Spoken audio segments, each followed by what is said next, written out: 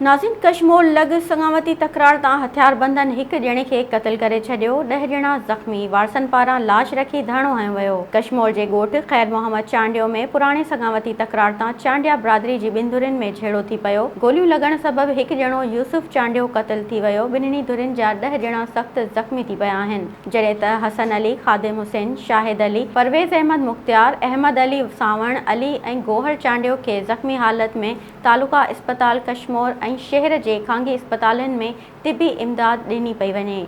झेड़े में क़त्ल थियल मोहम्मद यूसुफ चांडियो जो मढ़ वारसनि पारां इंडस हाईवे ते रखी धरणो हंयो वियो। मक़तूल जे वारसनि जो चवणु हो त जवाबदार ख़ैर मोहम्मद चांडियो ऐं शेर मोहम्मद चांडियो हथियारबंद साण करे असांजे घर मथां हमिलो करे मोहम्मद यूसुफ चांडियो खे क़त्ल करे छॾियो आहे ऐं 5 ॼणनि खे ज़ख़्मी कयो वियो आहे, जॾहिं त धरणे सबबि कशमोर कंदकोट इंडस हाईवे रोड बंदि थी वियो आहे, जंहिं करे सिंध पंजाब KPK बलोचिस्तान तरफ़ ईंदड़ वेंदड़ ट्रैफ़िक मुअतल थी वई।